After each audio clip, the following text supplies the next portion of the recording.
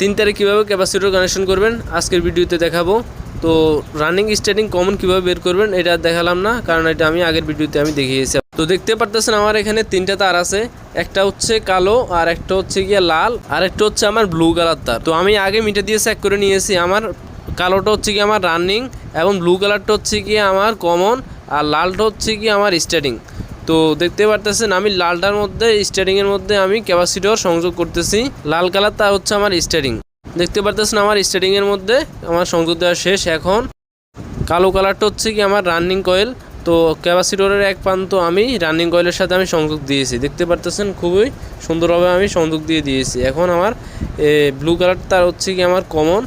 তো দেখতে পারতেছেন এখন আমি লাইন দিয়ে আপনাদেরকে চালিয়ে দেখাবো। আমি নীল কালার কমনের মধ্যে আমি নিউট্রাল কানেকশন করলাম, আর ফেজ কানেকশন করলাম কালো কালার রানিং কয়েলের ক্যাপাসিটরের সাথে। তো দেখতে পেরেছেন আমি খুব সুন্দরভাবে ফেজটি কানেকশন করে দিলাম রানিং কয়েলের সাথে।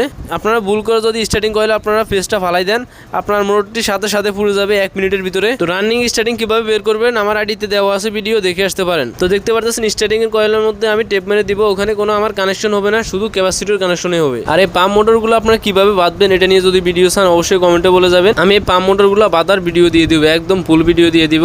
তো যারা মোটর বাঁধার ভিডিও চান অবশ্যই কমেন্টে বলে যাবেন। ধন্যবাদ সবাইকে।